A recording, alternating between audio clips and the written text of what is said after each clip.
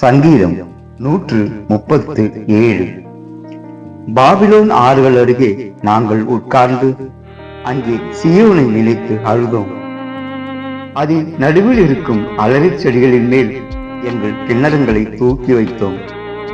எங்களை சிறைப்பிடித்தவர்கள் அங்கே எங்கள் பாடல்களையும் எங்களை பாழாக்கினவர்கள் மங்கள கீதத்தையும் விரும்பி சீயோனின் பாட்டுகளில் சிலதை எங்களுக்கு பாடுங்கள் என்று சொன்னார்கள்.